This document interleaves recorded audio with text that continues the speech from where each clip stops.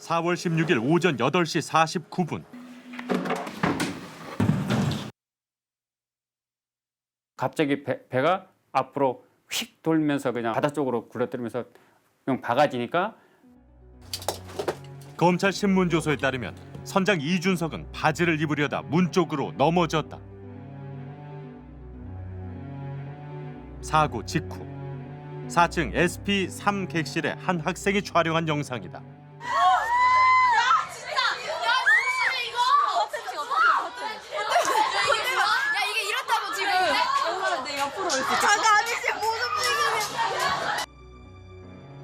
해양심판원의 레이더 항적 데이터 분석 결과 세월호는 8시 49분 9초에서 13초 사이 오른쪽으로 급하게 돌면서 원심력에 의해 왼쪽으로 15에서 20도가량 기울어졌다. 그리고 곧 화물이 미끄러지면서 기울기를 보태 약 30도에 이르렀다. 결론적으로 좀 말씀드리면 침몰 원인이 또 무엇이든 간에 구조를 하면 되는 거였거든요. 세월호 참사 사실 476명이 물에 젖는 사건이었어야 되는 건데 304명이 사망하는 사건이 되는 그것이 지금 문제잖아요. 본질은 구조를 안 한 부분에 있는 거죠. 그런데 이제 침몰 원인도 현재로서는 모르는 겁니다. 선장은 배가 돌아오는 것 같냐고 물었고 선원들은 더 기우는 것 같다고 했다. 엔진이 꺼진 세월호는 멈춰선 채 서서히 기울어져 갔다. 아 기울어졌어. 야 나 좀 살려줘. 4층 우현 B19 객실 고 박수현 휴대폰에 남은 동영상이다.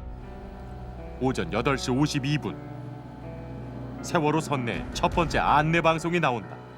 현재 자리에서 움직이지 마시고 안전으로 잡고 대기해 주시기 바랍니다. 진짜 침수는 거 아니야? 쏠리는 거 장난 아니야. 대기해 좀 쏠려. 야 여기 졸라 주시기 내 핸드폰 어떻게 이거? 안전으로 잡고 대기해 주시기 바랍니다. 말도 안 돼. 아 내리고 싶어 진짜 진심이야. 야, 더 안 내려가지 그래도. 야 더 쏠리는데? 너? 야, 쏠림 장난 아니야. 그냥 힘 빼면 이쪽으로 가. 수야. 야 괜찮아. 나 수학여행 클라스. 17살 고 박수현 군이다. B19 객실 철제 사다리도 보인다. 세월호는 좌현으로 기울었다. 좌현에 있는 학생들은 창문 밖으로 바다가 보여 심각성을 빨리 알았다. 일용상실입니다. 살려주세요. 사고 발생 3분 후인 8시 52분 세월호 4층 좌현 객실 복도에 있던 한 남학생이 119에 전화를 걸었다. 최초의 구조 요청이었다. 현덕이 내가 침몰되는 것 같아요. 배가 침몰해요? 여기 세기도 가고 있었는데 예. 여기 지금 배가 떨어져서 떨어진 것 같아요 지금. 잠깐만요. 자, 지금 타고 계신 배가 침몰한다는 소리예요? 아니면 옆에 있는 다른 배가 침몰한다는 소리예요? 배가 조금 배가요. 예, 수고하십니다. 여기 119 상황실인데요. 예, 지금 저 배가 침몰하고 있다고 저희한테 지금 신고가 예. 위치. 여보세요, 목표계입니다. 위치 말해주세요. 안 들려요. 위치. 경기도 말해주세요. 위치 말해주세요. 위치. 배가 어디 있습니까? 위치를 잘 모르겠어요 지금 여기가. 위치를 모른다고요. 거기 그 GPS 경위도 안 나오나요? 경도하고 위도. 배 이름이 뭡니까? 배 이름. 태월호요 태월호. 세월? 네. 세월호. 사고 발생 6분 후인 8시 55분 구조당국은 세월호가 침몰 중임을 인지했다. 지금 진짜로 죽을 위기야. 이 정도로 기울었다. 오늘은 4월 16일. 핸드폰 지금 슈팡으로 들었지? 현재 계시는 위치에서 움직이지 마시고 주변에 닿을 수 있는 공이나 움직이지 말라는 두 번째 안내 방송은 조타실에서도 들렸다. 현재 계시는 위치에서 움직이지 마시고 주변에 그때 조타실에 기관장 박기호가 있었다. 박기호는 기관실에 전화를 걸었다. 세월호 지하층에 위치한 기관실. 기관실에서 모두 탈출하라는 기관장의 지시였다. 선원 전용 통로로 탈출한 그들은 모두 살았다. 그만큼 이 세월호라는 배가 평소에도 위험한 배였다. 그런데 지금 심각한 위험이 있다라고 보고 기관장은 자기 부하들을 다 올라오라고, 기관실에서 올라오라고. 핸드폰 지금 슈팡으로 들었지? 현재 계실 위치에서 움직이지 마시고 주변에 잡을 수 있는 고기나 야왜 말을 잡고 배기해 주시기 바랍니다. 야 미쳤나봐. 이런 상황에서 막 그러지 않냐? 안전하니까 가만히 있으라고. 그럼 죽는 거야. 지네끼리 나오고.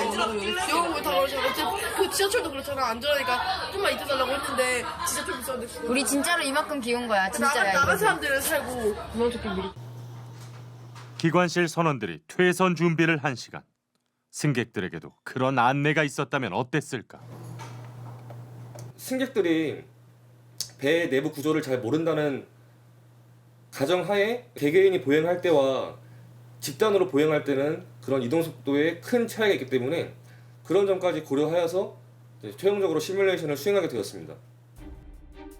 시뮬레이션 결과 배가 42도 기울었던 8시 56분. 이동 거리가 가장 긴 3층 승객들도 4분 17초면 퇴선 준비를 완료할 수 있었다. 그 골든 타임에 선장이나 승무원이 그 상황을 정확하게 파악하고 혹시 못 올라올 사람 있으면 밧줄도 던져주고 라이프라인도 던져주고 이런 일련의 조치들이 그 시간에 있어야 되는 겁니다. 그런 시간이 충분히 있었다는 거예요. 8시 58분. 사고 발생 9분째. 목포 해경 상황실은 해경 본청과 해경 1, 2, 3정에 약 300명이 승선한 여객선 세월호가 침몰 중이라고 알렸다.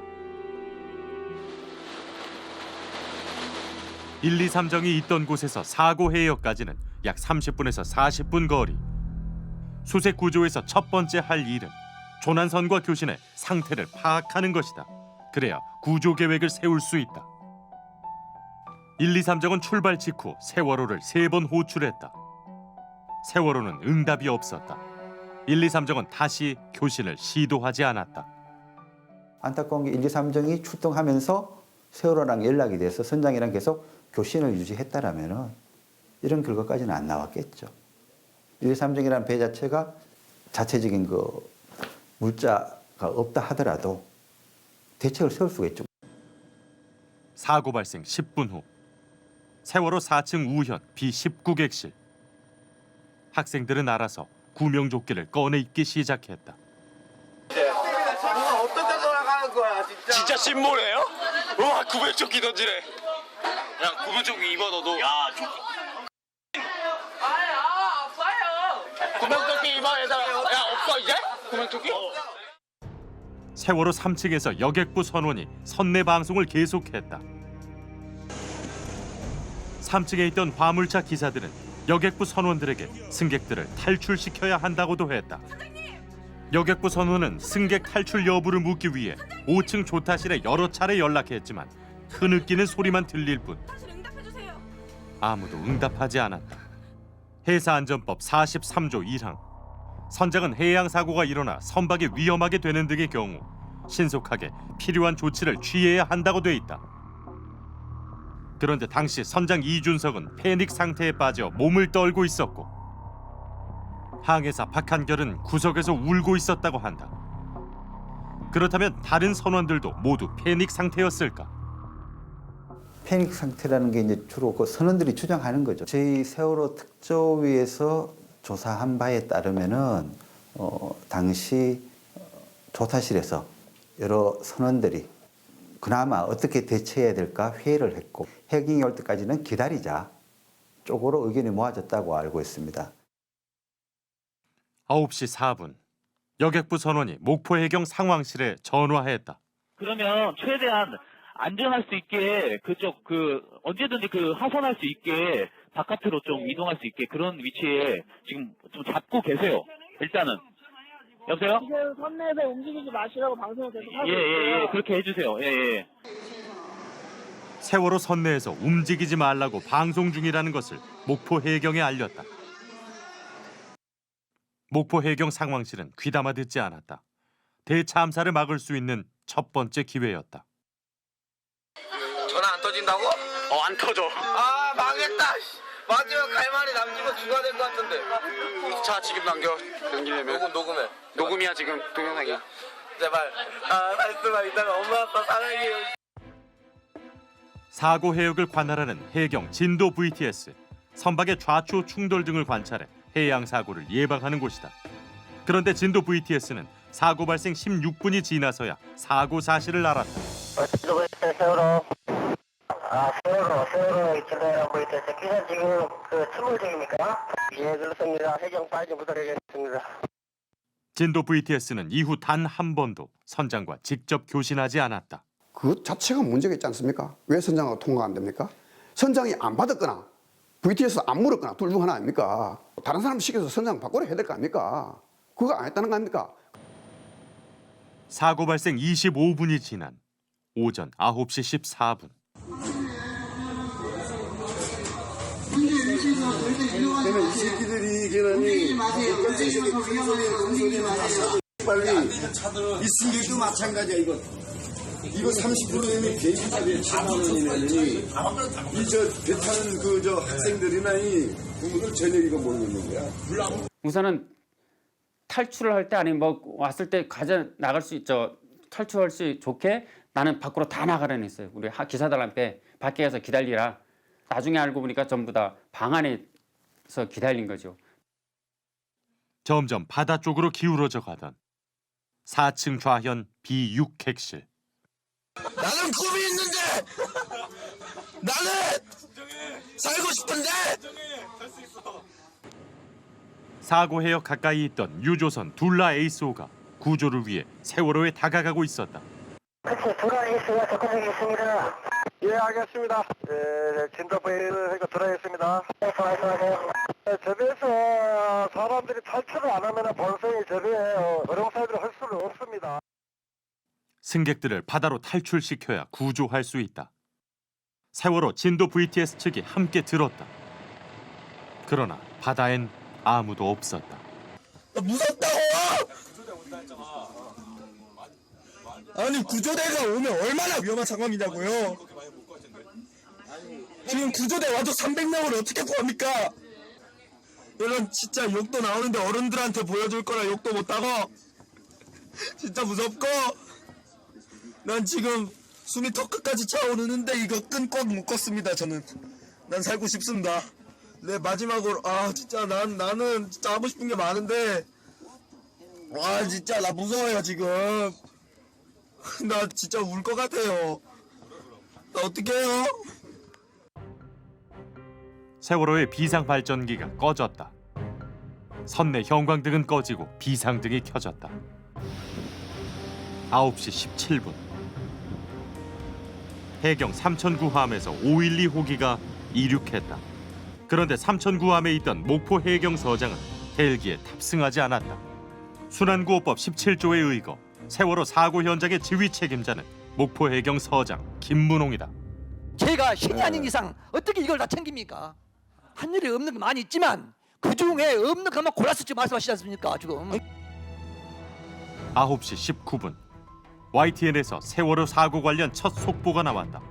YTN 속보를 통해 세월호 사고 소식을 알게 됐다는 청와대. 감사합니다. 성화시경 비상주입니다. 예, 수고하셨습니다. 청와대 이걸 상하신데요. 예. 진도에서 그 여객선 전환 신고 들었습니까? 예. 저희 지금 현황 파악 중입니다. 지금. 심각한 상황인가요? 지금 현재 지금 시간한지 좀 배하고 통화 중인데요. 지금 일단 배가 좀 기울어서 침수 중이고 아직 침몰은 안 됐고요. 어디 카메라 나오는 건 없죠? 네, 아직 없습니다. 예. 알겠습니다. 바로 연락 주세요. 예. 세월호가 서서히 침몰해 가는 것을 현장에서 지켜보던 둘라 에이스호 선장의 다급한 교신. 라이플링이라고 자기가 탈출 시켜요. 지금 탈출을 시키면은 구조가 바로 되겠습니까? 맨몸으로 하지 마시고 라이플링이라고 자기가 탈출시킵시오 빨리. 그런데 진도 VTS는 한 발 물러난다. 퇴선 여부는 선장이 결정하라는 것.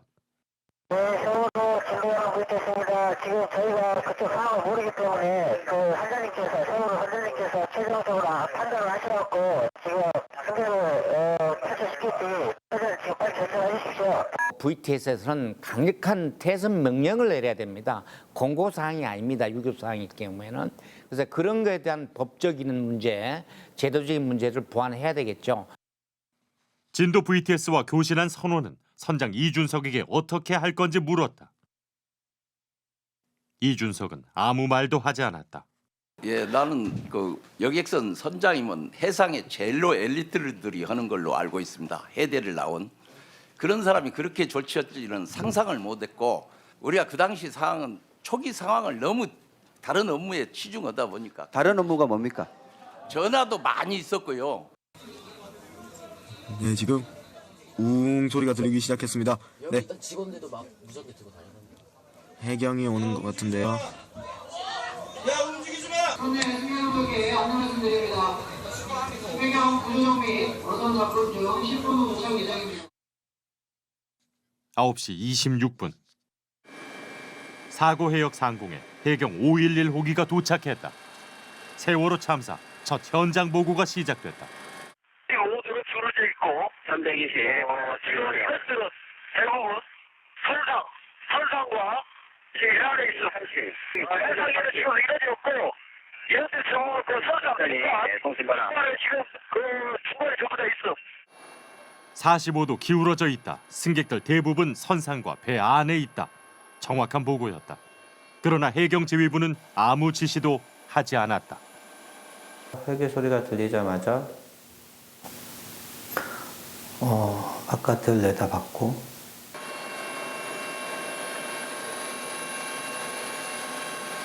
겨우 난간을 붙잡고 헬기를 쳐다보는데 위에서 5명 올려보내라는. 김성묵 씨는 또 다른 생존자 김동수 씨와 함께 학생들을 끌어올려 헬기 구조 바구니에 실어보냈다.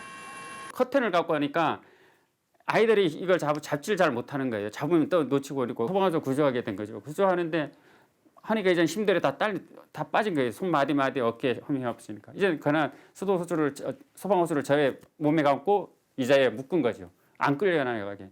소방호수로 마지막으로 올라온 남학생 친구가 있었는데 아이들 안에 있는데 못 나오고 있다고. 무서워서 못 움직이고 있다고. 그 친구한테 대답을 못 해줬어요.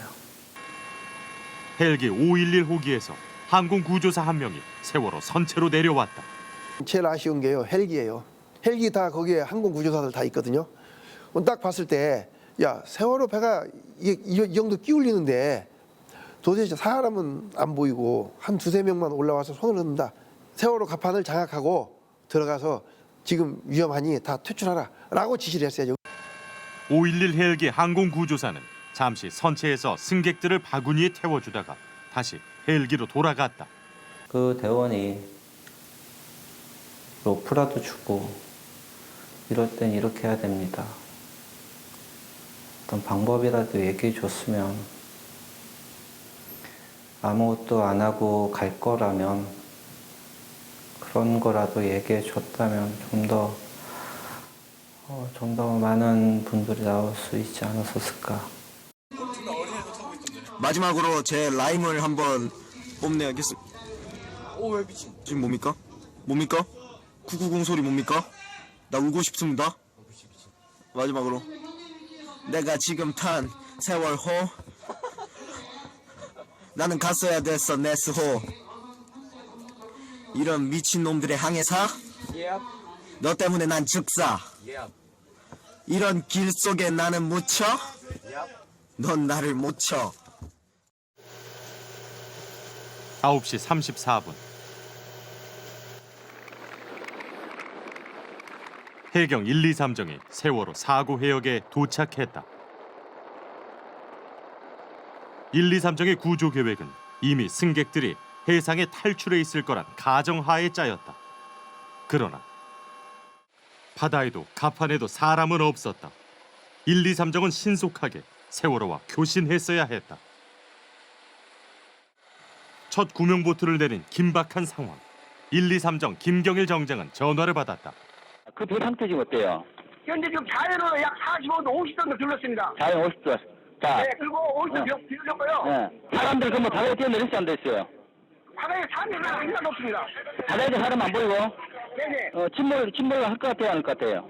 현재 봐서는 지금 계속 줄어들고 있습니다. 계속 줄어들고 있어요? 네네. 잠깐만. 자, 전화 받지 마세요. 우리 정장님 이제했고 TRS는 현 시간 무조건 실시간으로 계속 보고 가세요. 네, 알겠습니다. 예. 현장 지휘자와 2분 22초 동안 통화한 해경 지휘부. 바다에 사람이 없다, 침몰할 것 같다는 현장 보고에 해경 지휘부는 무조건 실시간으로 계속 보고하라고만 했다.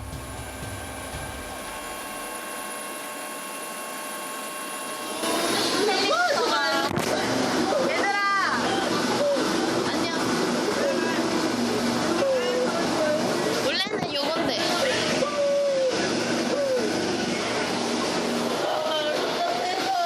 되게 많이 기울어 있다. 기울인 걸 어떻게 부르지?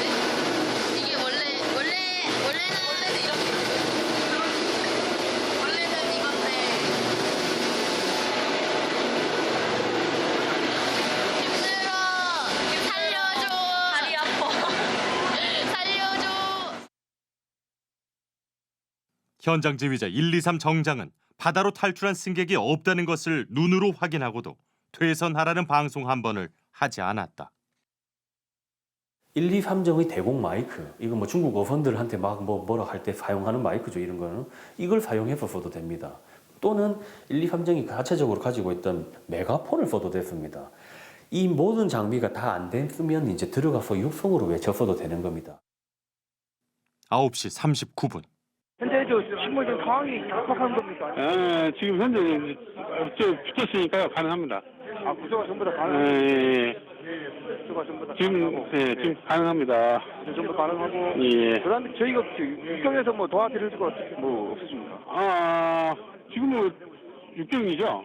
예. 지금 뭐 우리가 다 했으니까 뭐 이쪽 육경에서 지금 우리 해경에서 해경하고 해군하고 다 하고 있으니까 뭐. 현지 영상 볼 수 있는 거 있습니까? 저희 해가지고 지금 123인가 있어요. 예. 그 배는 지금 해가지고 저희들 그 ENGS 영상은 없고요. 네. 우리 자체 내부 모바일 영상은 있는데.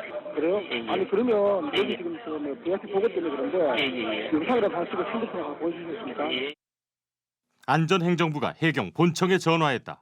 기상은 지금 뭐 파도는 별로 없네요. 예. 그러면 그 이제 구명보리나 이거 타고 내리면 예. 그 천천히 내리면 크게 문제 없어 있겠네요. 예, 지금 인근 배들이 있기 때문에 예. 저기 구조는 뭐 문제 없겠네요. 예, 일단은 그렇게 추측되는데 또 상황이 어떻게 될까 뭐라고 말씀 못 드리겠습니다.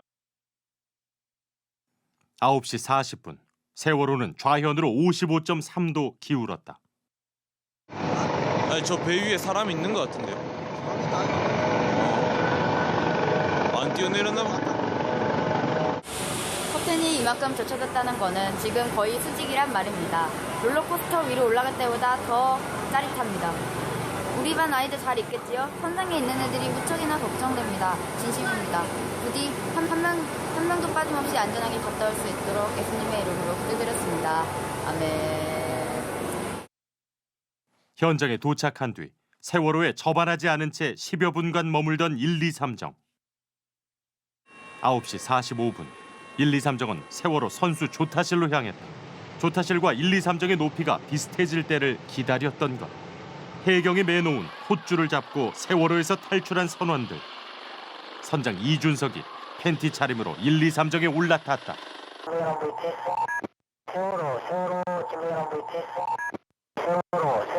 진도연합 VTS 가고 있습니까?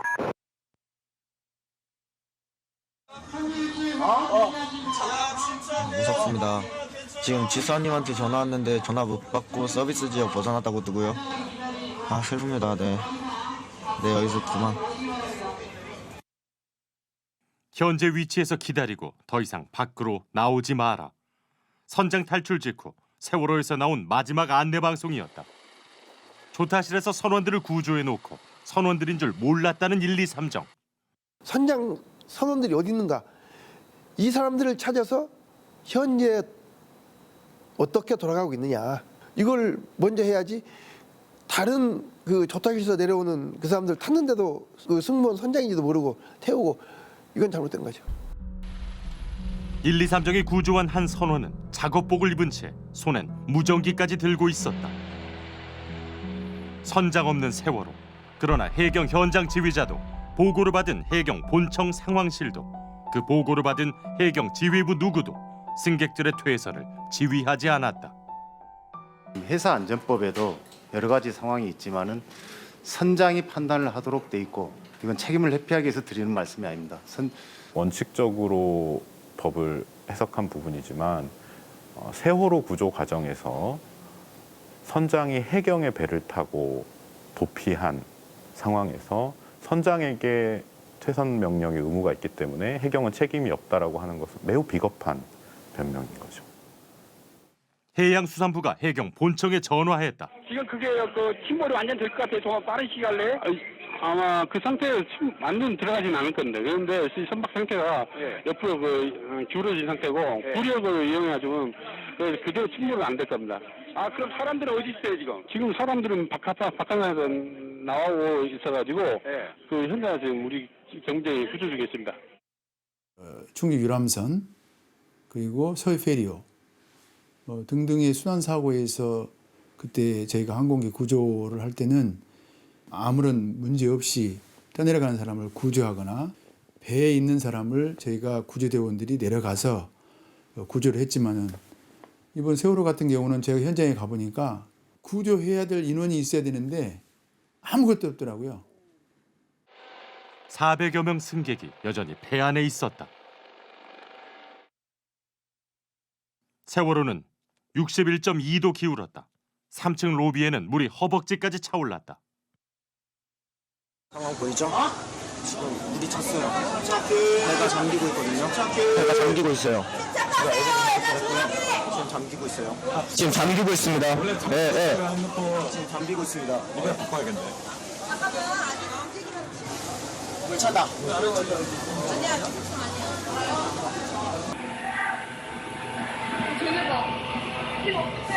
여기 사람 있는지 모르면 어떡해? 억울하지.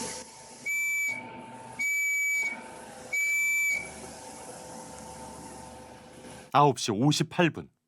낸데 나중에 이 점검 언제 했는가 한번 확인해보고 출항 전에 어떤 조치를 해서 보내는 원래 여객 안전관리도 하게 돼 있잖아요. 그렇습니다. 그런 거 그냥 엄밀하게 한번 해놓고 우리 얼마나 안전점검 주기하고 이런 거 다 한번 파악 좀 해놔.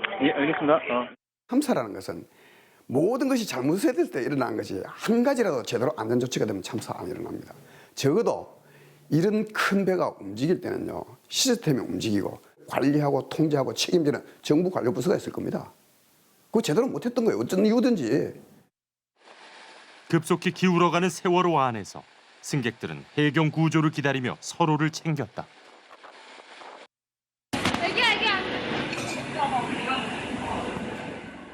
4층 복도에 있던 생존자들은 중앙호울 쪽으로 소방 호수를 내려줬다. 그런데 우리 밑에서 안개처럼 무슨 수증기? 꼭 호스에서 뭐가 나오듯이 쫙 퍼졌어요, 한 번에. 뭐지? 하고 있는데 갑자기 물이 급하게 차오르더라고요. 9시 59분 목포 해경이 123 정장에게 전화를 했다. 그 교체에 여선들도 많이 있고 하니까 그 배에서 뛰어내리라고 고함을 치거나 마이크 위에 뛰어내리라면 안 되나? 반대 방향으로. 그래서 차분하게 마이크를 이용해서 활용을 하고 그다음에 우리가 좀 당황하지 말고 우리 지금도 한번 올라가서 하고 그래 안 하면은 그 마이크를 이용해가지고 최대한 안전장에서 행동할 수 있도록 하시기 바랍니다. 해경 주의부 최초의 퇴선 지시.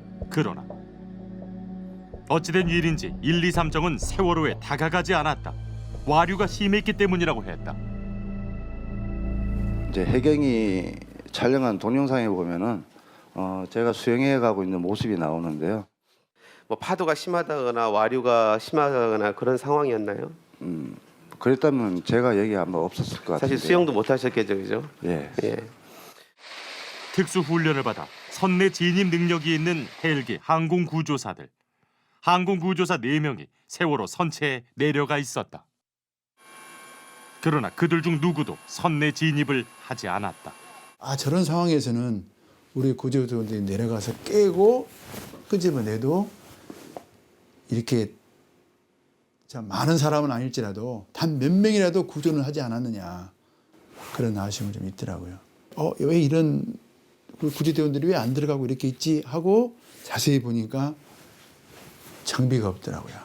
은평구에 옛날에 그 은평구 연립에 불났을 때 그 무너진 걸 알면서도 소방관들이 들어가서 그 사람을 구하다가 많은 분들이 거기서 사망 사고가 난 적이 있습니다. 그 사람들은 직감적으로 이게 위험하다는 걸 알지만은 안에 사람이 있다는 걸 알고 들어갑니다. 그거는 계속 훈련에 몸에 뱄기 때문에 하는 겁니다. 학생들은 가만히 있으라니 가만히 있었고 구조 당국은 학생들이 나오길 기다렸다. 근데 세월호 참사 전 과정에 보세요. 헬 1, 2, 3정에 총 13명, 헬기 세대에 총 16명, 지금 30여 명이 현장에 갔어요. 30여 명의 해양경찰 공무원이. 근데 그 중에서 이제 단 한 명도 세월호 선내, 승객이 있는 선내에 진입한 사람은 없는 거잖아요. 오전 10시를 전후해 어업 지도선과 민간 어선들이 속속 사고 해역에 도착했다. 구조 세력은 충분했다. 아직 배 안엔 400명이 있었다.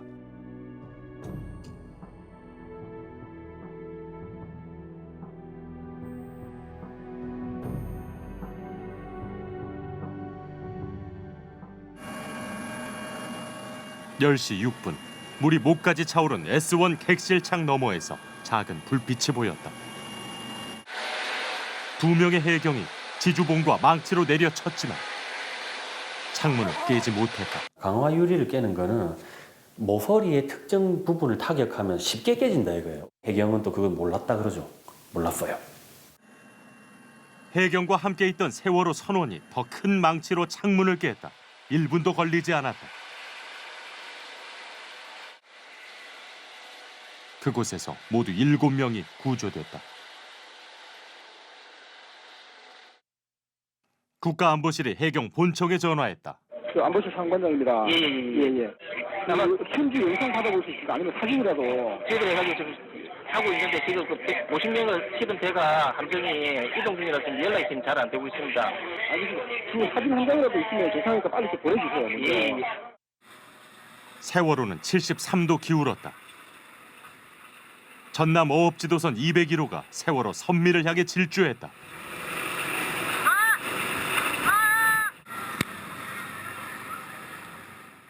마지막 순간까지 세월호에 배를 대고 탈출한 승객들을 태운 건 어업지도선과 민간 어선들이었다.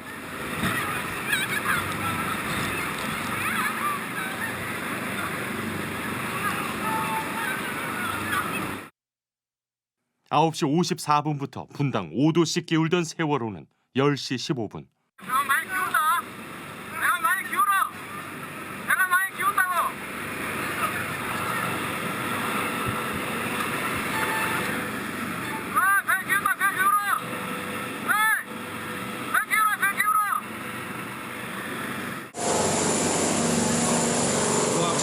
와, 물 들어온다.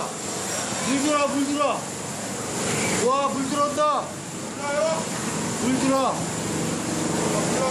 와, 큰일 났다. 저기 있는 사람 다 죽었다. 이거 봐, 이거 봐. 와. 2014년 4월 16일 오전 10시 17분 세월호에서 보내온 마지막 메시지.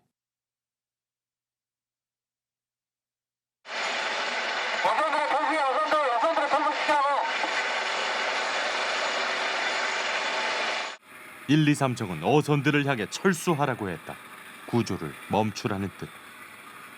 스피커 소리 좀 나고 나서 경적 소리를 빵빵빵빵 하고 울리더라고요. 그랬던 것 같아요. 접근하지 마라 이런 느낌이었죠. 제가 이렇게 어선한 척이 사람 한 사람 있었는데 접근을 못 하고 있었어요. 그래서 이제 저는 멀리서 이제 그거 보고 갔는데 제가 보기에는 그냥 구조해도 되겠더라고요.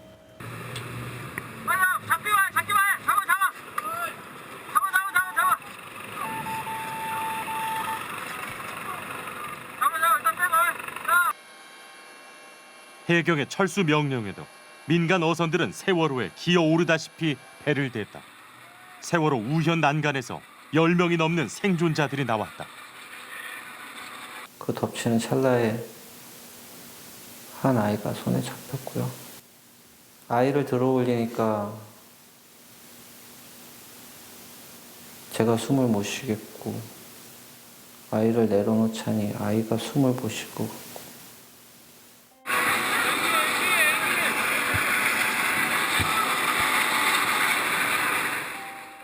생존자 5살 겉모양이었다.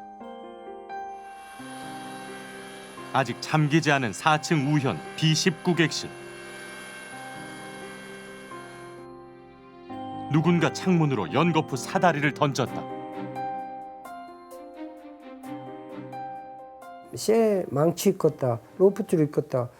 거기서 많이 이제 사람이 안 나온 것을 알았으면은 전부 배에 있는 이 사람 젊은이들이 그 올라가갖고 유리창 한낙서로 끼갖고 한 사람씩만 구했다 해도 물론 구했을란가 못 구했을란가는 모르지만은 지금도 두고두고 아쉬움이 생겨. 내 죽도록까지는 그게 이제 참 눈에 선할 것 같아. 그거 시도를 못 해보고 해경만 믿었던 것이. 400명, 학생만 400명, 일반인 100명. 여기서 온 게 100명도 안 되잖아요. 이 새끼들이 빨리 조치를 해야지. 우리나라 저 해군 헬리콥터가 큰 게 있을 텐데. 아유, 불쌍해서 어떡하냐, 이것들아. 아유.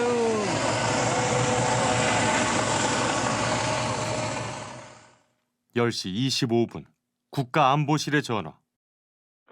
단 한 명도 인명피해 발생하지 않도록. 단 한 명도? 인명피해 발생하지 않도록 하라. 예. 그냥 적어. 예. 그다음에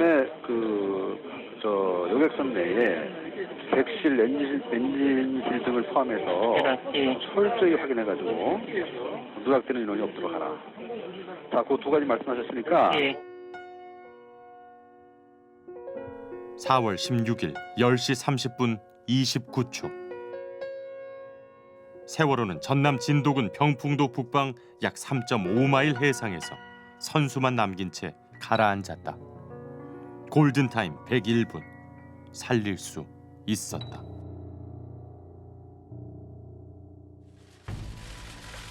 세월호 참사를 수사한 검찰은 구조 책임과 관련 해경 지휘부를 기소하지 않았다. 형사 처벌을 받은 건 김경일 정장 한 사람뿐이었다. 현장 출동한 123정 정장 김경일은 징역 3년을 선고받았다.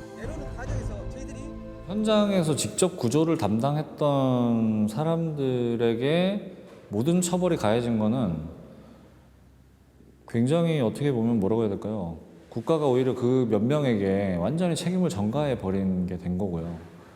특히 이제 직무유기에 대한 책임을 물을 수 있다고 저는 생각을 하는데, 직무유기라는 것은 공무원이 구체적으로 부여된 자신의 의무를 이행하지 않았을 때 처벌하는 범죄입니다. 해경 수뇌부는 최소한 현장 세력들이 제대로 의사소통하고 있는지, 초기 구조 과정에 있어서 구조는 적절한지에 대해서 확인하고 지휘할 아주 구체적인 의무가 있는데 이런 의무들을 이행하지 않았습니다. 해경은 해체됐다. 세월호 참사 당시 해경 지휘부들은 과연 그에 합당한 책임을 졌는가? 세월호 참사 이전에 잘못된 조직 문화와 구조를 이끌어갔던 지도부에 대해서는 분명히 책임을 묻고 새롭게 출발하라는 의미에서 해경 해체를 이야기했던 거거든요. 그런데 보니까 기존에 책임을 져야 될 고위공직자들이 그대로 국민안전처에 가서 주요 책임을 맡고 있는 보직을 맡고 있고요. 또 일부의 경우는 또 승진하기도 하고, 이런 부분이 고쳐지지 않았다는 점에 대해서 아직도 해경은 좀 더 개선의 여지가 있다라고 보는 겁니다. 국민안전처로 흡수된 해경. 재난 구조 체계가 되려 더 복잡해졌다는 비판이 있다. 졸속으로 이뤄진 해경 해체의 그늘이라는 지적이다. 예를 들면 9.11 테러 이후에 미국에서 조직 개편을 하고 법을 바꾸고 하는 데는 한 2, 3년 정도의 시간이 필요했거든요. 국회 같은 이제 그 의견 수렴 기관이 그 주축이 돼서 그런 의견을 광범위하게 수렴하고 그 이제 정보도 공개하고 그런 관점에서는 우리가 조금 아쉬운 부분은 있다고 생각합니다. 재난 대응은 컨트롤 타워를 높이는 것이 아니라 긴박한 현장에서 대응하는 능력을 기르는 것에 집중돼야 한다. 현장은 현장 사람이 가장 잘합니다. 현장에 출동한 현장 대응 인력들이 그 상황을 정확히 판단해서 결정할 수 있게 권한은 밑으로 내려주고 책임은 위로 올리는 이런 체계로 바꾸는 것이 가장 긴급하게 해야 될 그 시스템의 변화 아닌가 이렇게 생각을 하고 있습니다.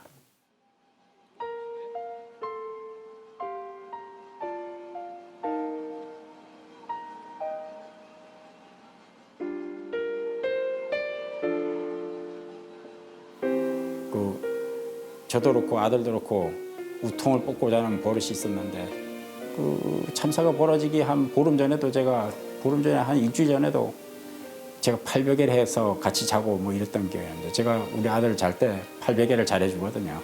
네. 4월 15일 아침이 뭐 아들하고는 저하고는 마지막 이별이었죠. 잘 갔다 오라는 얘기. 재밌게 놀다가 오라는 얘기. 그다음에 너 비행기 처음 타지. 그런 뭐 농담 뭐 이런 걸 했던 것으로 기억이 납니다. 배를 타고 가서 비행기를 타고 돌아오는 그런 일정이었죠.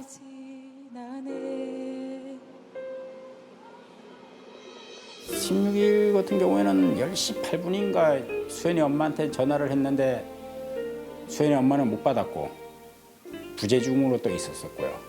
10시 14분에 저한테 전화를 했는데 저는 그때 다른 통화를 하고 있었어요. 우리 회사 사람 제가 집으로 이동을 하면서 통화를 못했죠. 네.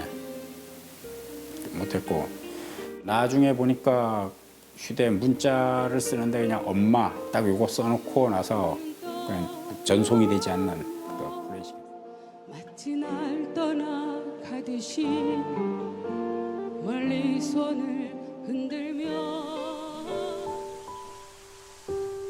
남도에서 꽃 소식이 전해옵니다. 꽃바람이 북상한다는 소식에 몸이 먼저 반응하는 사람들이 있습니다. 귀신같이 이때 되면 아프기 시작해요.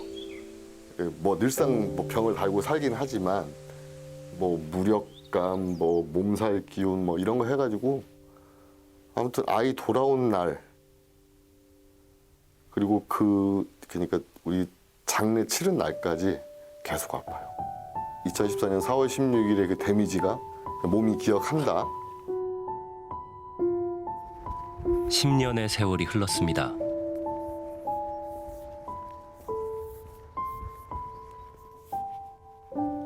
아이들을 기억하고 찾는 사람들도 줄고 있습니다.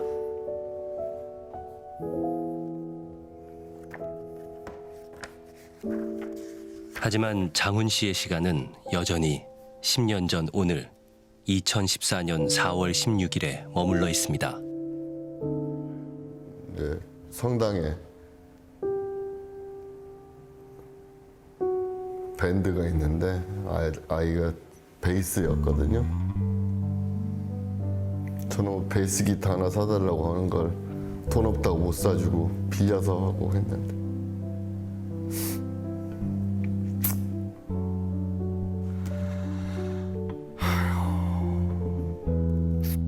아들 준영이는 남을 돌보며 살겠다는 작지만 아름다운 꿈을 가진 아이였습니다. 봉사활동을 많이 나갔어요. 근데 뭐 48시간이다 그러면 준영이는 아마 100시간 넘게씩 했었어요. 그 뭐 저 치매 걸리신 어르신이라든지 이런 분들 가서 그 뭐 밥수발을 든다든지 식사 수발을 든다든지 아니면 설거지를 한다든지 아니면 가서 좀 그 재롱을 피운다고 그러죠. 그런 거 했어요. 그 꿈을 피워보지도 못한 채 준형이는 떠났습니다.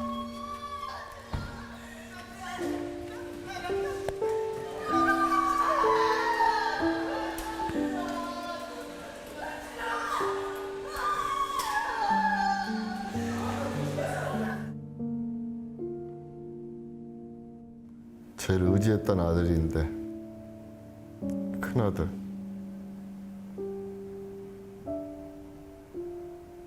그런 놈을 보내버렸으니 왜 안 오려고 그랬는데.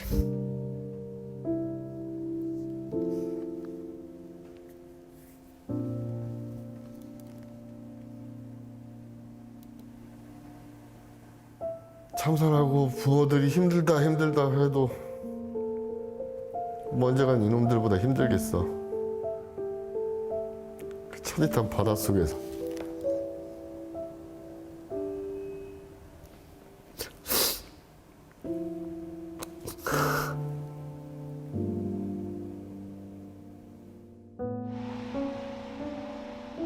(10년이라는) 긴 세월.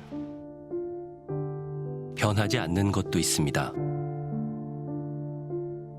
윤희가 수학여행을 떠난 그날 그대로 엄마는 딸의 방을 지키고 있습니다. 윤희가 친구한테 선물 받고 저녁 이제 잠자리에서 항상 끌어안고 자던. 네. 윤희 없는 동안 지키고 있는 10년 됐네요. 10년의 세월이 흘렀지만 엄마는 지금까지도 딸의 죽음을 받아들이지 못합니다. 근데 이거는 캐리어. 여행 갈 때, 수학여행 갈 때 가져갔던 캐리어. 네. 배에 남겨져 있었던 그. 네. 근데 이게 다 열려져 있어서 안에 있는 물건은 하나도 없었어요. 딱 캐리어만.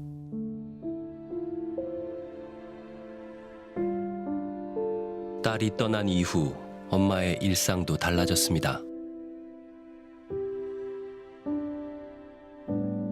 그냥 소파에 앉아서 TV 틀어놓고 네, 멍 때리고 있고 갑자기 윤희 생각 나고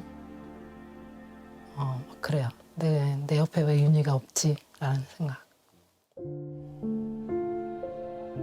꿈에서라도 딸을 만나고 싶지만 어쩌다 꾸는 꿈마저 고통스럽습니다. 꿈에도 나오고 그때는 조금 성장하고 예쁜 모습으로 나왔다가 또다시 아이 모습으로 돌아가요. 그리고 마지막엔 제가 항상 찾아다니는 꿈을 꿔요. 갑자기 없어져요. 꿈에서. 나 이제 막 와서 좋아서 막 이러고 막 이렇게 하다가 갑자기 마지막에는 꿈 뒷자리에는 찾아다니는 꿈을 꿔요. 갑자기 아이가 없어져서. 10년 전 그날 직장에 출근했던 엄마는 딸이 건 마지막 전화조차 받지 못했습니다. 윤희의 휴대전화를 건져 복원했지만 지금까지 열어보지 못하고 있습니다. 나중에 핸드폰이 나왔는데 못 열어봤어요. 못 열어보겠어요. 아직도. 그 상황 윤희는 얼마나 저한테 전화를 했겠어요. 윤희도. 근데 서로 통화가 안 된 거겠죠. 그 자신이 없는 거예요. 문자도 남겼을 것 같고 막 근데 그거 볼 자신이 없는 거예요. 제가. 그래서 도저히 못 열어보겠어요. 아직도.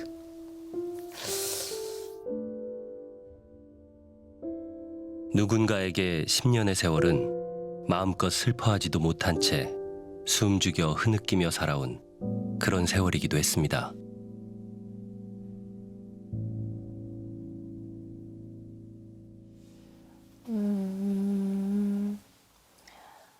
처음에는 사실 어떻게 견뎠는지 모르겠어요. 처음에는 그냥 엄마 아빠가 너무 슬퍼하시니까 숨죽여 있었고. 언니는 가슴속에 묻어두었던 동생에 대한 애틋한 기억을 그림으로 그리기 시작했습니다.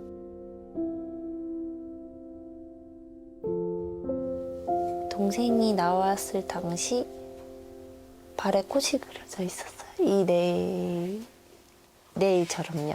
이 발 그림처럼. 동생이 손톱 발톱 칠하는 걸 좋아했어요. 네일을 좋아했어요. 그래서 그때 발을 봤는데 발에 핑크색에 이렇게 꽃이 그려져 있었거든요. 그래서 발이 계속 생각나더라고요. 근데 그 발이 너무 아파 보여서, 차가워 보여서, 생기가 없어 보여서, 그냥 이 그림 그릴 때 그런 생각을 했던 것 같아요. 발이 아프지 않았으면 좋겠다. 생기 있었으면 좋겠다. 따뜻했으면 좋겠다.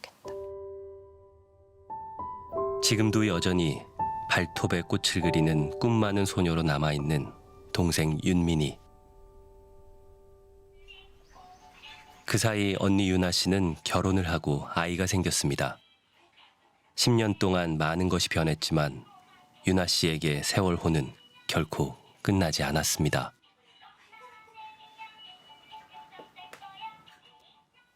사람들 왜, 그거 끝난 거 아니야? 이제 끝났잖아.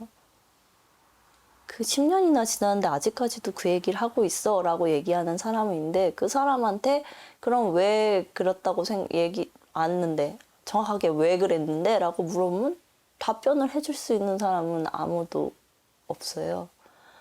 그게 제일 답답한 것 같아요. 10년이 지났는데 뭐가 제일 힘드세요? 내가 10년이나 노력했는데 아는 게 없어요. 10년이나 노력했는데 해결된 게 없어요. 이루어진 게 없어요.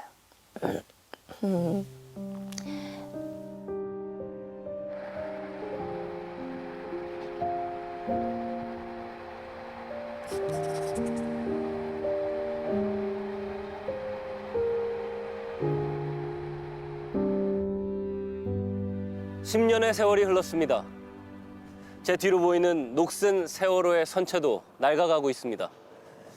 10년이라는 긴 세월이 흐르는 동안 우리 사회는 달라졌을까요? 우리는 세월호에서 어떤 교훈을 얻었을까요? 아니, 교훈을 이야기하기에 앞서서 세월호는 왜 침몰했는지, 왜 희생자들을 구하지 못했는지, 또 선행됐어야 할 세월호 참사 진상규명은 제대로 이루어졌다고 할 수 있는 건지 질문들이 떠오릅니다. 오늘 PD수첩에서는 세월호 참사 이후 지난 10년 동안 밝혀진 사실은 무엇이며 아직까지 남은 과제는 무엇인지 다시 한번 냉정하게 돌아보는 시간을 갖고자 합니다. 먼저 이 큰 배가 풍랑도 없는 바다에서 왜 침몰한 건지 기록들을 살펴보겠습니다.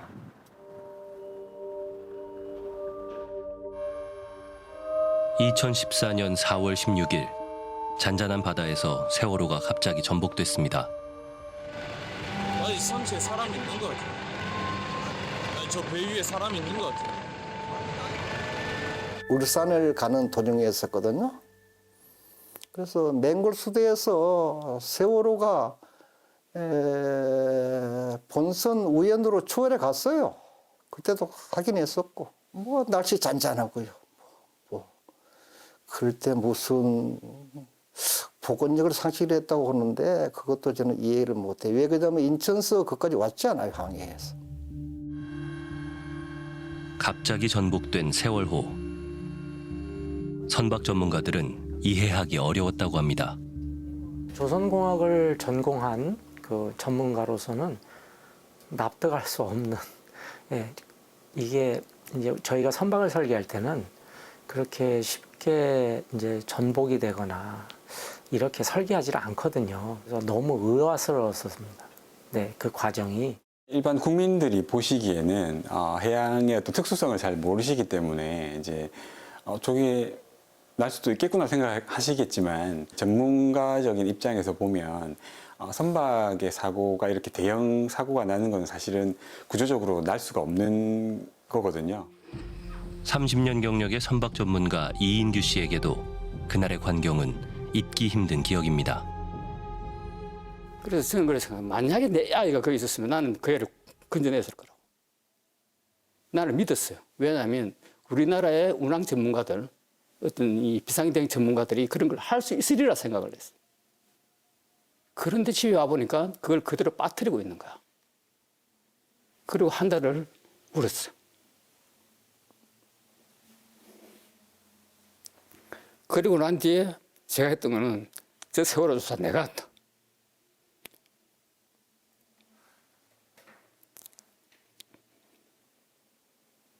야, 미안합니다.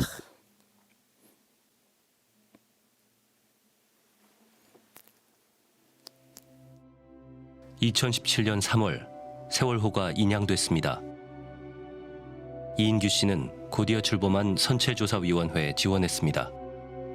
선박 전문가들로 구성된 선조위는 세월호가 침몰한 원인이 무엇인지 조사를 시작했습니다. 1994년 일본에서 건조된 세월호는 나미노우에란 이름으로 18년 동안 운영된 노후한 배였습니다. 2012년 이 배를 수입한 청해진 해운은 4층과 5층 객실을 증축했습니다. 일본에서 들여와서 아시다시피 요 후반부 요 4층, 5층 이만큼을 배를 증축을 했잖아요. 원래 요 카램프, 일본에 있을 때는 이 카램프가 앞에도 있었습니다. 이걸 갖다 떼어버렸어요. 그럼 좌우 균형이 안 맞아요. 부계가 줄었기 때문에. 이런 식으로 엉망으로 뜯어 고쳤는데 뜯어 고친 이유는 화물하고 승객을 많이 싣기 위해서였어요. 세월호에는 단원고 학생 325명 등 476명이 승선했습니다. 세월호의 적재 정량은 1,077톤. 그런데 차량 180대 등 총 2,142톤의 화물을 실었습니다.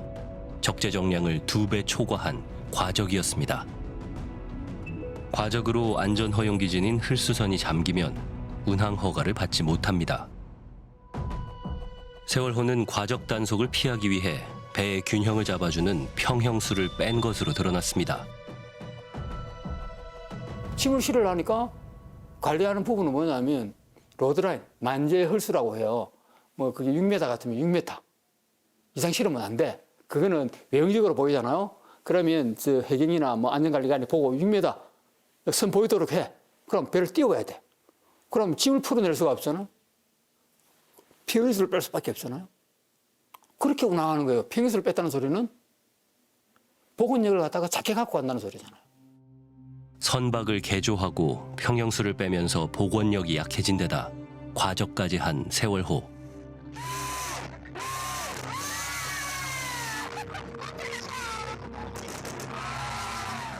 배는 출발 당시부터 큰 문제를 안고 있었습니다.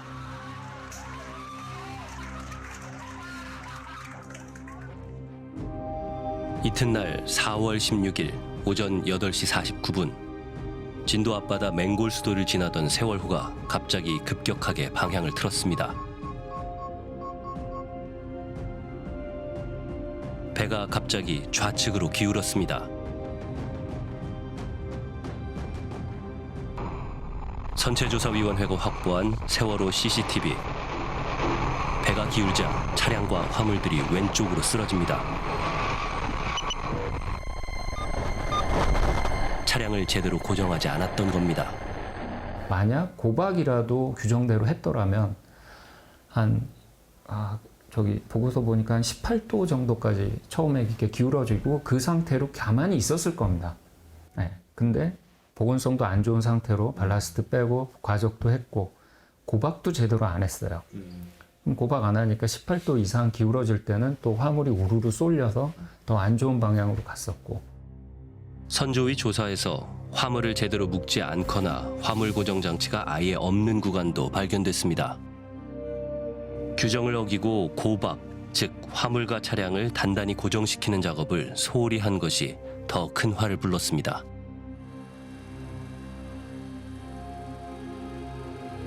화물이 한쪽으로 쏠리면서 세월호는 더 급격히 기울었습니다.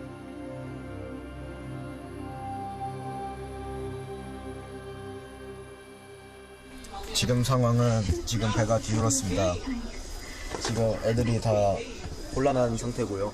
보이시죠? 지금 일자예요. 일자로 찍고 있는 건데 이 정도로 기울었어요. 거의 한 60도 기울어진 거죠. 상황 보이죠? 지금 물이 찼어요. 배가 잠기고 있거든요. 배가 잠기고 있어요. 제가 애들이 잘했고요. 지금 잠기고 있어요. 지금 잠기고 있습니다. 네. 지금 잠기고 있습니다. 이번에 바꿔야겠네. 대형 여객선은 전복될 상황에도 쉽게 침몰하지 않도록 설계돼 있습니다. 하지만 세월호는 고작 101분, 약 1시간 40분 만에 침몰했습니다. 세월호는 왜 그토록 빠르게 침몰했을까? 조사관들이 원인을 찾아 나섭니다. 운행 중 개방을 금지한 격실의 수밀문이 열려 있었습니다. 제가 세월호 선체 조사할 때 제일 처음 들어간 게 뭐냐면 그랬어요. 아무도 들어가지 마. 왜냐면 나는 집에 빠진 이유를 나는 알고 있을 것 같으니까. 그것부터 확인한다. 그래서 수밀문부터 제가 먼저 확인했잖아요. 아니나 다를까? 그대로 뻥. 전 놀래버렸어요. 한 개도 아니고 모든 문들이 열려 있었다는 거야. 격실의 수밀문이 닫혀야 부력을 확보할 수 있었지만 세월호의 수밀문은 대부분 열려 있었던 겁니다. 방 하나하나를 건너갈 때마다 우리 왜 잠수함 같은 데서 이렇게 문 돌려가지고서는 해치 같은 거 열고 가고 막 닫고 하잖아요. 그게 수밀문이에요. 그러니까 물이 안 통하게 만드는 문이에요. 그 수밀문들을 원래 운항 중에는 모든 구획에 대해서 다 닫고 운항을 해야 됩니다. 근데 세월호는 어떻게 했어요? 그냥 평상시에 다 7개의 수밀문들을 다 열어놓고 다녔어요. 왜냐? 사람이 지나다니기 불편하거든요. 만약에 수밀문들이 다 닫혀 있었으면은 너무 보건성이 불안한 배라서 쓰러져서 넘어졌어도 이 상태로 계속 버텼어야 돼요. 몇 시간을, 하루 이틀을. 그러면은 뒤늦게 해경이 와서 아무리 능력이 없는 해경이라도 이렇게 둥둥 떠 있는 데서 사람들 끄집어낼 수 있었겠죠. 전문가들은 세월호가 갑자기 전복되고 급히 침몰한 이유를 대부분 밝혀냈습니다. 세월호가 항해를 하다가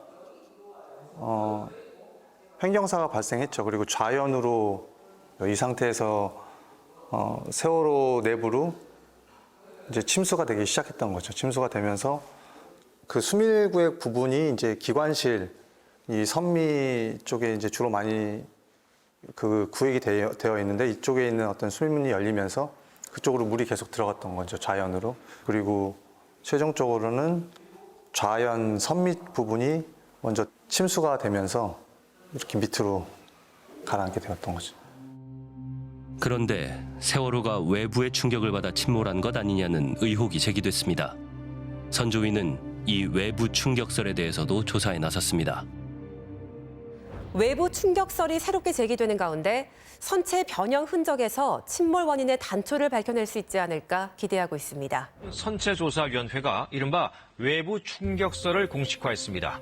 어제 회의에서는 잠수함 때문이라는 말까지 나왔습니다. 선체조사위원회는 논쟁 끝에 2가지의 보고서를 채택했습니다. 하나는 세월호가 자체적으로 복원력을 이뤄 침몰했다는 내인설. 다른 하나는 세월호가 잠수함 등 외부의 충격으로 침몰했을 가능성을 염두에 둔 이른바 열린안입니다. 저는 아직도 선조위가 왜 이렇게 2가지 보고서를 낼 수밖에 없었는지 정말 아쉬움이 큽니다. 그래서 하나의 보고서로 내주고 열린안 충돌안도 소수 의견이 있으나 우리의 공식적인 의견은 내인설이다라고 한번 이렇게 정리를 해줬더라면 그 이후에 있었을 굉장히 많은 시간과 노력이 줄어들지 않았을까 하는 생각이 들거든요. 되게 아쉬웠습니다, 그때는. 2018년 사회적 참사 특별조사위원회가 출범했습니다. 사참위는 열린안, 즉 외부 충돌설에 대해 본격 조사에 나섰습니다. 사참위는 네덜란드의 권위 있는 해양연구소 마린에 연구를 의뢰했습니다. 마린은 선조위 때부터 여러 차례 세월호 모형 시험을 진행했습니다. 당시 모형 시험을 직접 수행했던 연구원의 얘기를 들어봤습니다. Whether there was a submarine that could have hit the ship from underneath the water, do you think that is a possibility? We showed with the model test that there is no need to introduce a submarine to explain the accident. The accident has happened, we believe, without any external force. So we can be certain that there is no external force involved? We believe there is no external force involved, indeed. 사참위는 국내의 선박 전문가 단체인 대한조선학회에도 자문을 구했습니다. 학회는 세월호가 외부 충돌로 침몰했을 가능성이 낮다고 밝혔습니다. 그 해역에서는 큰 잠수함은 올 수가 없기 때문에 작은 잠수함도 못 옵니다, 사실은요. 근데 가정에서 매우 작은 게 왔다 하더라도 뭔가 이 사고 보고나 이런 것들이 있었어야 되는데 그런 것들이 전혀 없었다는 거죠. 현실적으로 불가능합니다. 국내외 전문가들은 외부 충돌 가능성을 낮게 봤습니다. 그런데 사참위는 세월호가 내부 문제로 침몰했다는 내인설을 인정하면서도 외력 가능성을 배제하지 않고 외력이 침몰 원인인지 확인되지 않았다는 내용의 애매한 보고서를 채택했습니다. 사실 보통 사람들이 저 보고서를 보면 두 개의 인격이 싸우나 뭐 이런 이야기를 하기도 합니다. 그러니까 같은 곳에서 왔는데 같은 장에서 같은 챕터에서 두 얘기가 나오니까요. 그러니까 결론은 안 났다고 봐야죠. 그러니까 보고서에 뭐 이거입니다라고 돼 있지 않으니까요. 그냥 예시로 만약에 다시 써본다면 이렇게 얘기할 수도 있을 것 같아요. 잠수함 충돌설은 과학적 검증을 통과하지 못했으며 따라서 이제 외력 또는 잠수함은 세월호 침몰에 관한 설명에서 삭제할 수 있다. 그렇다면 현재 우리가 가진 데이터에 가장 부합하는 설명은 세월호가 운항 중 발생한 사소한 기계적 문제를 감당하지 못할 정도로 보건성이 취약한 배였기 때문에 침몰했다는 것이다. 저는 이런 정도의 결론을 사참위가 충분히 도달할 수 있었다고 생각하는데요. 근데 그 마지막 단계에서 이제 위원회가 스스로 세웠던 가설을 스스로 기각하는 것을 주저했던 것이죠. 사참위 결정은 지금까지도 침몰 원인이 무엇인지 이해하기 어렵게 만드는 원인이 됐습니다. 위원장이 사과를 하기도 했습니다. 한편 세월호 침몰 원인에 대한 명확한 결론을 내리지 못한 점도 저희 조사 활동의 한계라 할 것입니다. 이에 대해서는 피해자와 국민께 다시 한번 송구하다는 말씀을 드립니다. 확보된 증거가 한계가 있어서 명확한 결론을 증거가 불충분한데 무리해서 명확한 결론을 내리는 것 자체가 굉장히 많은 또 문제를 낳는다고 생각해서 이 정도로 하고 확실하게 왜 못 밝혔느냐라고 비판하시는 거는 달게 받겠습니다. 저희들이 한계가 있었습니다. 세월 후에 진상이 규명됐다고 생각할까? PD수첩이 여론조사를 의뢰했습니다. 응답자의 73%가 진상이 규명되지 않았다고 답했습니다. 진상이 규명되지 않았다고 생각하는 이유가 무엇이냐는 질문에 약 40%가 세월 후에 직접적인 침몰 원인이 규명되지 않았다고 답했습니다. 결국 단일한 결론 못 내고 조사 활동 종료. 이렇게 되면 그렇게 오래 조사해놓고 결과를 못 냈어? 그러면서 이 수많은 그 찾아낸 확인한 사실들이 아무에게도 알려지지 않고 읽혀지지도 않는 게 된 거죠. 그 10년을 정말로 낭비한 건 아니에요. 밝혀낸 게 없지 않습니다. 굉장히 많은 부분을 이제 세월호에 대해서 설명할 수 있게 됐어요. 이것들이 성과가 좀 잘 정리되는 순간이 다음으로 좀 나갈 수 있는 발판이 될 거라고 지금 생각하고 있어요. 세월호의 침몰 원인을 제대로 규명해야 하는 이유는 분명합니다. 원인을 똑바로 알아야 이런 참사를 막을 수 있기 때문이죠. 그런데 세월호 선체조사위원회와 사회적 참사 특별조사위원회는 선박 전문가들이 분석한 이른바 내인설을 인정하면서도 거기에 열린한, 즉 외력설을 덧붙여서 혼선을 자초했습니다. 우리 사회가 참사의 아픔을 딛고 한 걸음 더 나아가기 위해서라도 침몰 원인에 대한 진상을 명백히 규명하고 유가족과 시민들에게 소상히 설명해야 할 겁니다. 세월호 참사에서 또 한 가지 규명해야 할 중요한 것은 국가가 왜 승객들을 구하지 못했는가 하는 점입니다.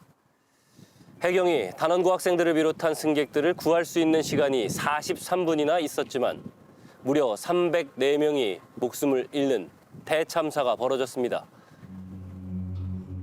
사고 발생 3분 뒤 첫 구조 요청이 접수됐습니다. 보낸 사람은 승무원이 아닌 단원고 학생이었습니다. 상황실입니다. 살려주세요. 연덕이 배가 침몰된 것 같아요. 배가 침몰해요? 여기 제기도 가고 있었는데. 예. 여기 지금 배가 떠면서 떨어진 것 같아요, 지금. 타고 오신 배가 침몰한다는 소리예요? 아니면 옆에 있는 다른 배가 침몰한다는 소리예요? 배가 조금 배가요. 위치 여기도 말해주세요. 위치 말해주세요. 위치 배가 어디 있습니까? 위치를 잘 모르겠어요, 지금 여기가. 위치를 모른다고요? 거기 뭐 그 GPS 경위도 안 나오나요? 경도하고 위도? 배 이름이 뭡니까? 배 이름? 세월호요, 세월호. 세월? 네. 세월호? 지금 진짜로 죽을 위기야. 이 정도로 기울었다. 오늘은 4월 16일. 핸드폰 지금 슈팡으로 들었지? 현재 계실 위치에서 움직이지 마시고, 현재 계실 위치에서 움직이지 마시고. 침몰 위기가 닥치면 선실에서 나와야 하는데도 승무원은 가만히 있으라고 방송합니다.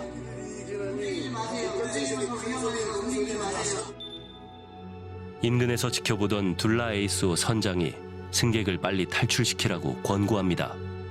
라이프 링이라고 사기시켜서 탈출시키고 지금 탈출을 시키면은 구조가 바로 되겠습니까?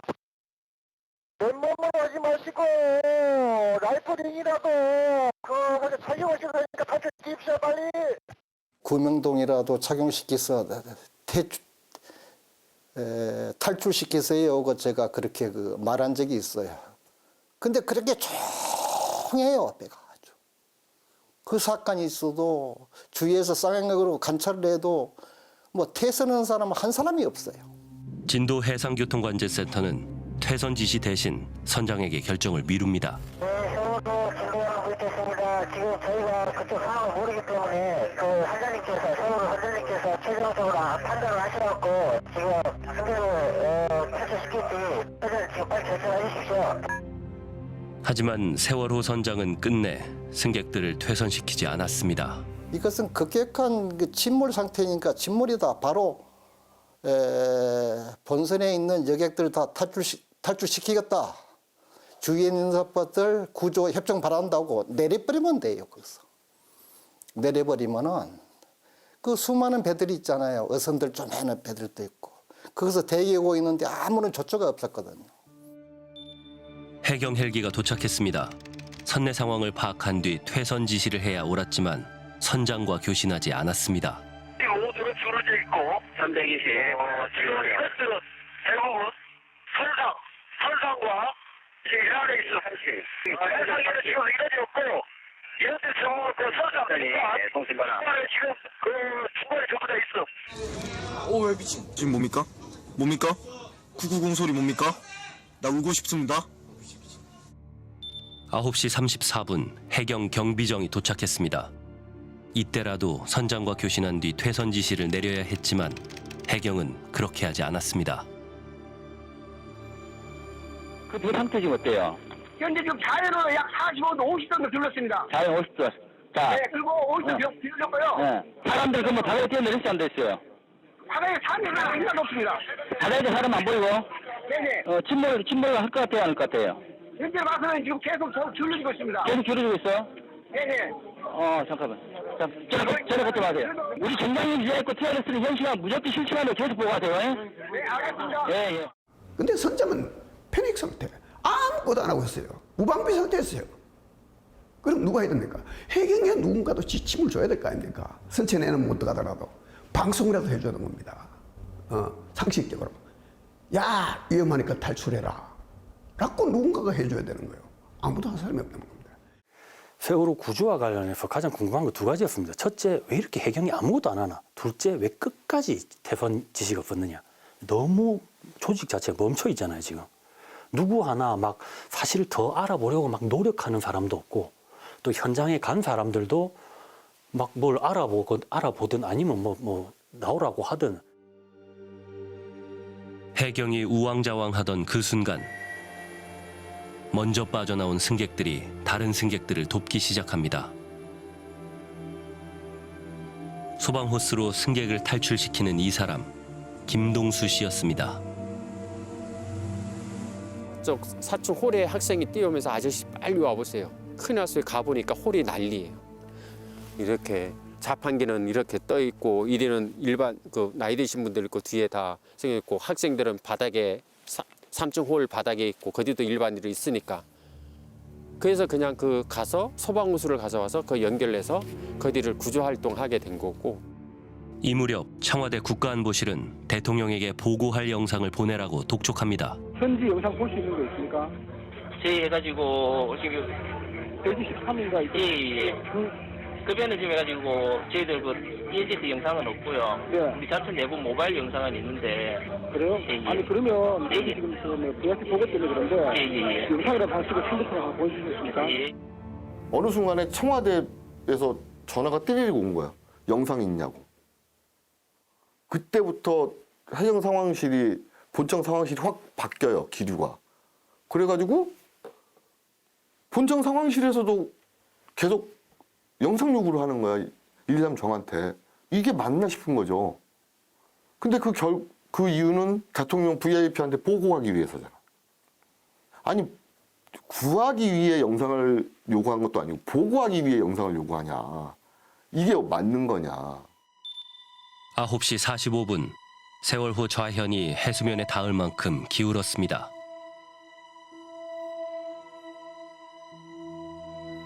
해경 1, 2, 3정이 다가가자 이준석 선장이 팬티 차림으로 배를 탈출합니다. 세월호에는 승객들만 남았습니다. 커튼이 이만큼 젖혀졌다는 거는 지금 거의 수직이란 말입니다. 롤러코스터 위로 올라갈 때보다 더 짜릿합니다. 우리 반 아이들 잘 있겠지요? 선상에 있는 애들이 무척이나 걱정됩니다. 진심입니다. 부디 한 명도 빠짐없이 안전하게 갔다 올 수 있도록 예수님의 이름으로 기도드렸습니다. 아멘. 무섭습니다. 지금 지사님한테 전화 왔는데 전화 못 받고 서비스 지역 벗어났다고 뜨고요. 아 슬픕니다. 네 여기서 그만. 한 명이라도 더 살 수 있었다라는 거죠. 그때라도 대선식 밖에서 뭐 메가폰을 했든 뭐 어쨌든 누구든 뭐 이미 올라가 있는 사람이 고함을 질렀든 나오세요 빨리 나오세요 뭐 어떤 식으로든 한 명이라도 더 구할 수 있으면 그 행위를 해야 되잖아요. 그런데 10시 넘어서도 가능했습니다. 절대 내 입에서 대선 명령은 나가지 않는다. 대선에 관련된 책임은 전부 선장이 져야 되고 그로부터 어떤 불상사가 생기면 나한테 나중에 책임 돌아올 수 있다. 그래서 내 입에서 대선은 절대 안 나간다. 1초가 다급한 시각 청와대는 계속 영상을 보내라고 재촉합니다. 그 안보실 상관장입니다. 예. 아마 현지 영상 받아볼 수 있을까? 아니면 사진이라도. 저희도 해가지고 지금 하고 있는데 지금 그 50명을 실은 배가 함정이 이동 중이라서 지금 연락이 지금 잘 안 되고 있습니다. 아니 그 사진 한 장이라도 있으면 괜찮으니까 빨리 좀 보내주세요. 예. 와 모래장이다. 와 물 들어온다. 물 들어. 와 물 들어온다. 물 들어.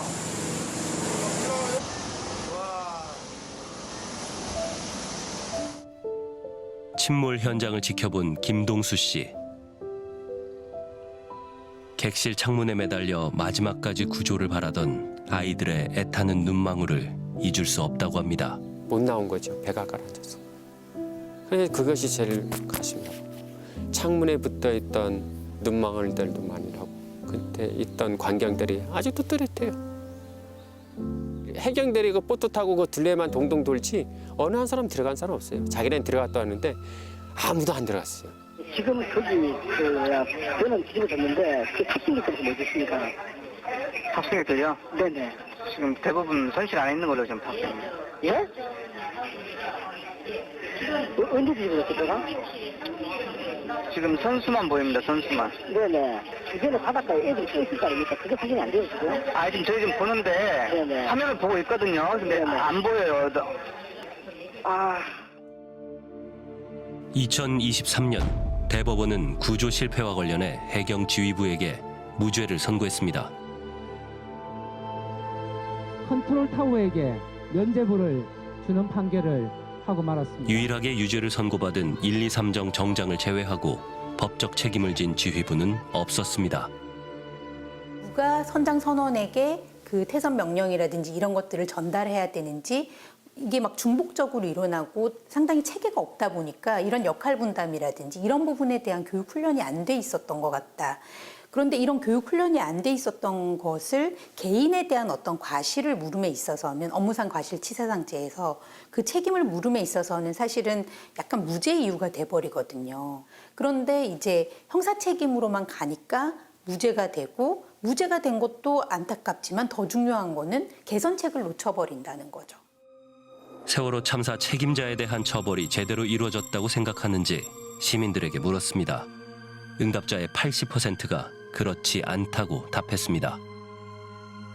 어떤 점에서 책임자 처벌이 미흡하다고 생각하냐는 질문에 응답자의 50%가 청와대, 해양수산부 등 정부 관계자에 대한 처벌이 미흡했다고 답했습니다. 가장 답답했던 거는 이걸 어떻게 그러면 이게 애는 왜 아직 구하지 못하는 거죠? 왜 그러죠? 그러면 담당자가 아닙니다. 제가 담당자가 아닙니다. 책임자에게 얘기를 하셔야 될 것 같아요. 진도에서부터 계속 그랬어요. 책임자에게 얘기를 하셔야 될 것 같습니다. 도대체 그 책임을 누구에게 해야 한다는 거지 그러면? 10년 전 희생자들이 실려올 때마다 이곳 백목항은 그야말로 눈물바다가 되곤 했습니다. 유가족뿐만 아니라 온 국민이 슬픔과 분노로 미어지는 가슴에 잊지 말자며 노란 리본을 달았습니다. 그렇다면 세월호 참사에서 우리가 얻은 교훈은 무엇일까요? 10년이 지난 오늘 우리 사회는 과연 안전할까요? PD수첩은 세월호 참사 당시의 문제점들이 얼마나 개선됐는지 점검했습니다. 목포항입니다. 출항에 앞서 운항관리자가 점검에 나섰습니다. 차량이 제대로 고정됐는지 직접 꼼꼼히 점검합니다.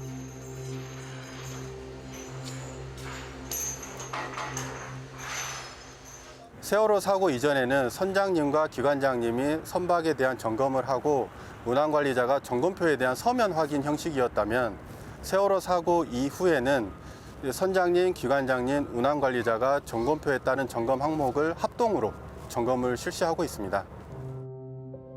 10년 동안 어떤 변화가 있었는지 해양수산부에 물었습니다.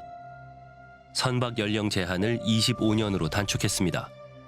선박 개조 범위와 요건도 강화했습니다. 과적과 화물 고박, 평형수, 격실에 대한 관리 규정도 강화했습니다. 해경의 구조 능력은 향상됐을까요?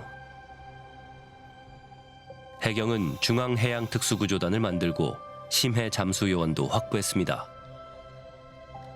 세월호 참사 당시 민간 잠수사에게 의존했던 수중 구조 활동을 이제 해경이 독자적으로 수행할 수 있게 됐습니다.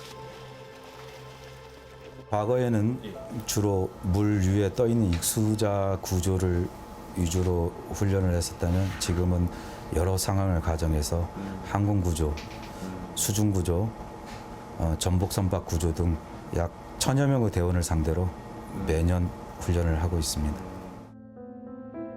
해경은 첨단 장비와 헬기를 추가로 도입해 구조 능력을 향상시켰습니다. 중앙구조본부를 설치해 컨트롤 타워도 개선했습니다. 선박 안전 매뉴얼과 안전 교육도 강화했습니다. 행정안전부는 중앙재난안전대책본부장을 국무총리로 격상했습니다. 지자체의 재난안전 전담 조직도 신설했습니다. 단일한 재난안전통신망도 구축했습니다.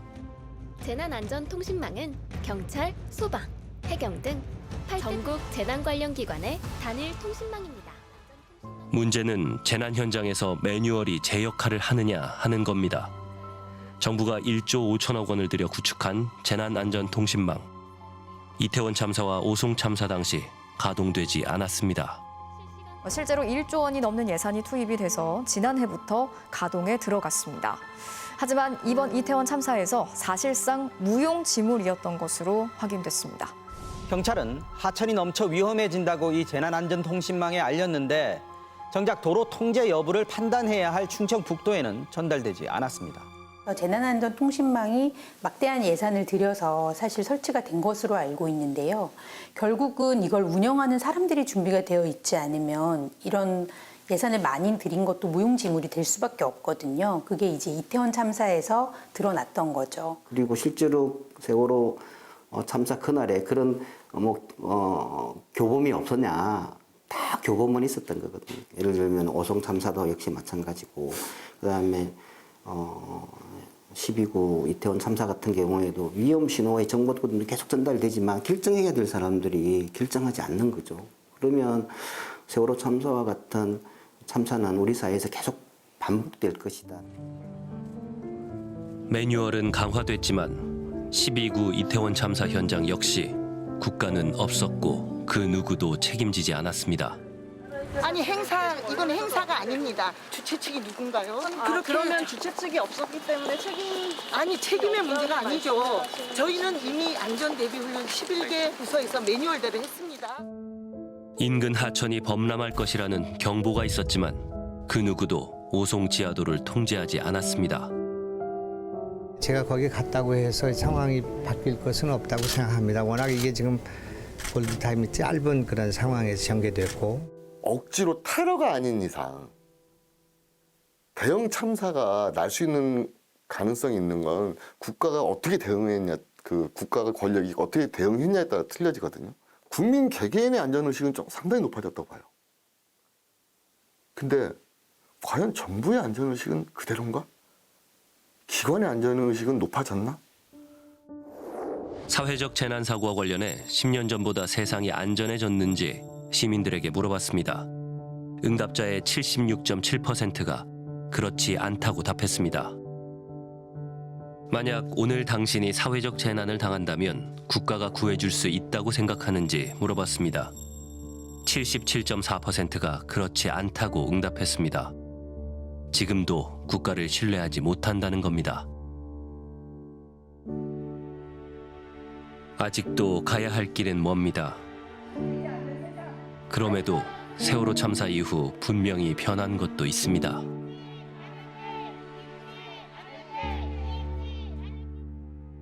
세월호 참사 이후에 우리 사회가 최초로 재난이라는 것도 진상이 규명돼야 되는 거구나.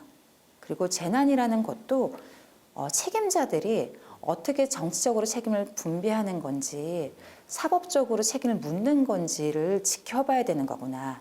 재난 피해자들도 합당한 사회적인 기업과 추모와 애도를 받을 수 있는 존재구나. 사실 깨달았던 것도 사실 세월호 참사의 경험이자 유산이었죠. 세월호 참사 10년, 안전이 중요하다는 인식, 피해자의 권리가 중요하다는 인식이 확산되고 있습니다. 잘했는지 말씀해주게. 이것이 세월호 10년이 남긴 소중한 유산이라면 그것은 오로지 가족을 잃은 슬픔을 이겨내고 보다 안전한 사회를 만들기 위해 싸워온 유가족과 시민들의 힘 덕분일 겁니다. 우리 시민사회가 사회적 참사에 대해 본격적으로 조사에 나선 것은 세월호 참사가 처음이었습니다. 처음 가는 길이었기 때문에 시행착오도 있었고 비판받을 지점도 있었습니다. 하지만 성과도 있었습니다. 세월호가 왜 침몰했는지 밝혀내는 과정에서 사실에 기반한 실상을 알아냈습니다. 왜 승객들을 구조하지 못했는지, 왜 컨트롤타워가 작동하지 못했는지, 무능했던 해경과 정부의 실체를 구체적으로 밝혀냈습니다. 세월호 참사가 우리 사회의 안전 불감증에 경종을 울렸다면 안전을 향한 우리의 변화는 지금부터라도 시작돼야 합니다. 세월호가 준 아픈 교훈을 이제 실천할 때가 됐습니다. 손끝에 닿을 듯이 닿지 않던 그대는 몇 년이 지난 지금도 그대로인데 하루에 또 몇 번을 내게 물어봐도 나는 믿고 있어. 떨어지지 않는 시들지 않는